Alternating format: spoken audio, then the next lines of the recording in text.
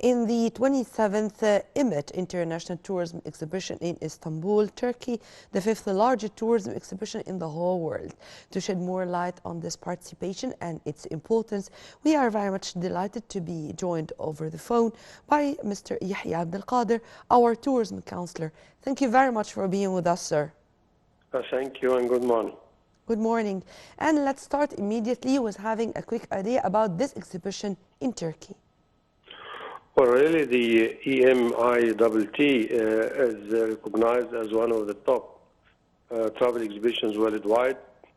Stands for the East Mediterranean International Tourism and Travel Exhibition, and Egypt has been participating since its foundation 27 years ago, and it's a great promotion hub because Turkey is one of the top countries receiving tourists as a destination.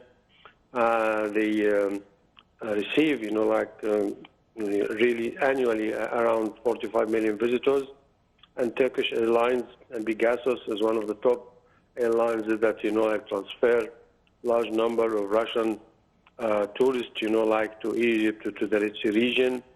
And shortly next April, we'll be having around 80 flights per month destinating, from to Cairo, from, Ankara and from Istanbul and its major Turkish destinations towards Egypt. But, sir, you would find some people saying, what's the importance of participating in tourism exhibitions worldwide in the first place? Do we still need propaganda?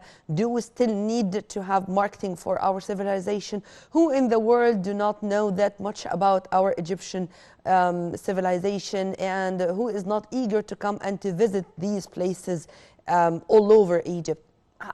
If you were met with that, what's going to be your answer?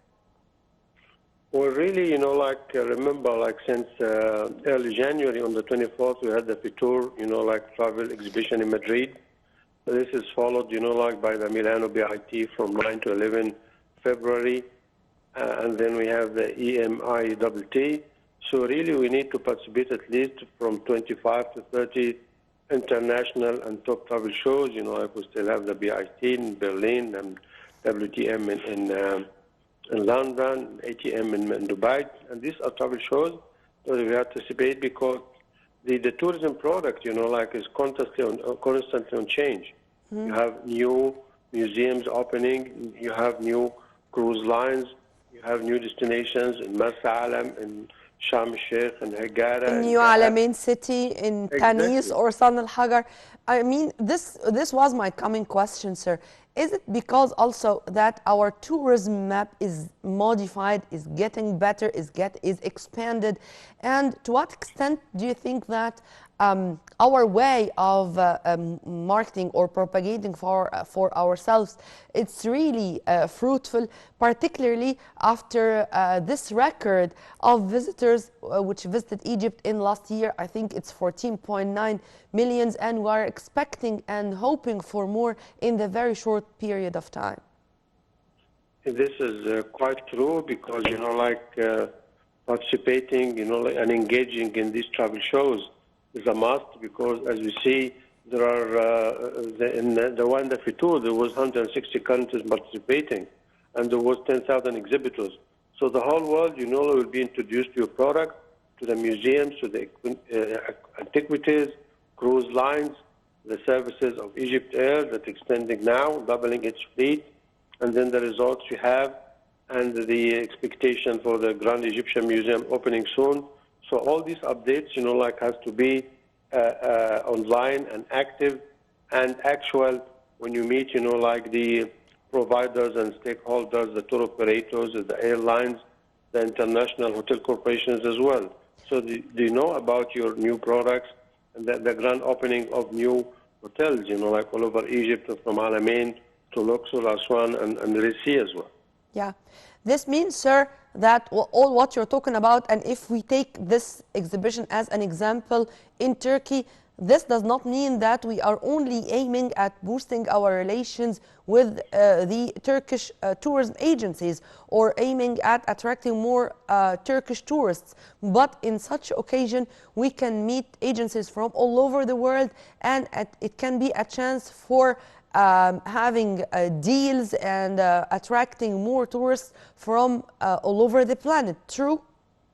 That's quite true, and this has been labeled East Mediterranean because this is a great opportunity, to link, with neighboring countries in the Mediterranean, Cyprus, Malta, Greece, Italy and all the Mediterranean. So this is, and Sardinia, so this is a great opportunity to revive and upgrade this type of market.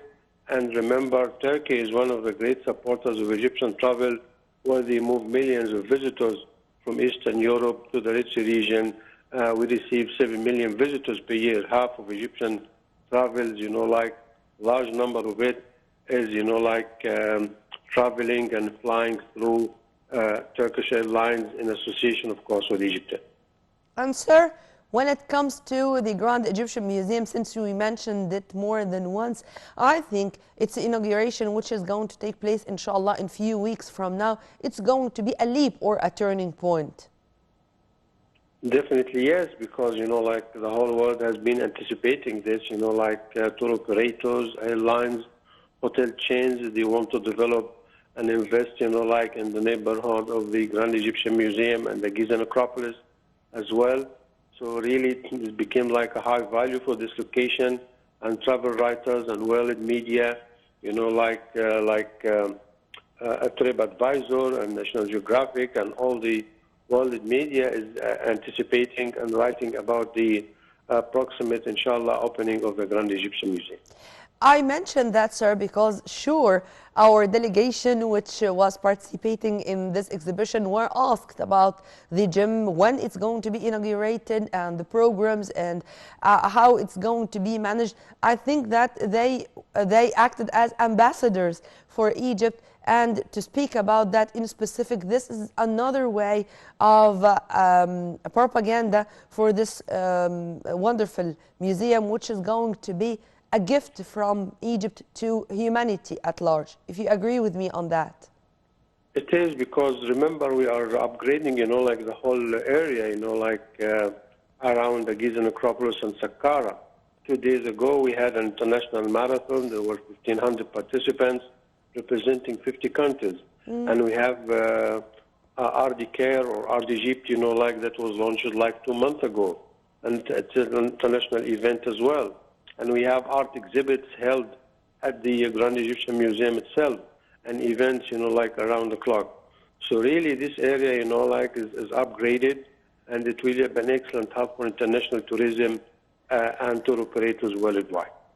Also, sir, as far as I can understand, participating in such exhibitions is to learn more about new means of tourism promotions. And we can exchange expertise with our allies or benefit from each other. So it's going to be a win-win situation for all. True?